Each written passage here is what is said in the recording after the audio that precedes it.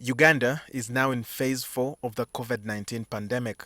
This simply means that there is widespread community transmission of the ailment. As a new strategy, the ministry intends to focus on only critical cases. A COVID-19 test will no longer be required for discharge of asymptomatic patients or patients with mild and moderate COVID-19 infections.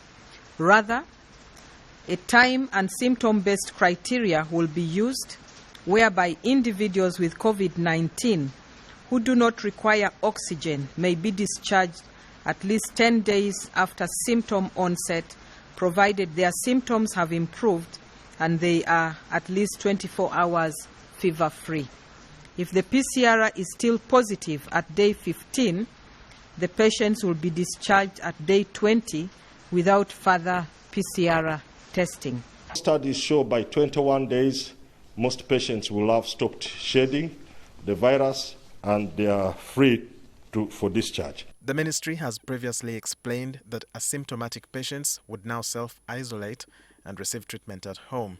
In the new guidelines on handling COVID-19, the ministry explains how this will be done. Home-based isolation will be granted to individuals and families who are able to properly isolate following the standard operating procedures while ensuring that their loved ones are protected and are safe.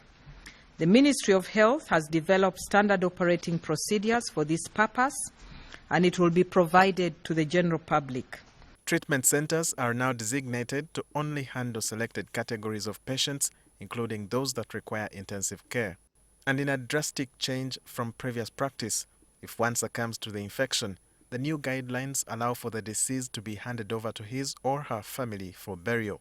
Burials should take place on the same day that death has occurred and will be conducted by relatives of the deceased under the supervision of trained burial teams. An officer of the COVID-19 District Task Force should be present at the time of the burial. The body of the deceased must be wrapped in a waterproof burial body bag before it is handed over to the relatives for burial. The COVID-19 trend now shows that Uganda currently registers an average of over 1,300 cases and 4 deaths every week. Walter Mwesije, NTV.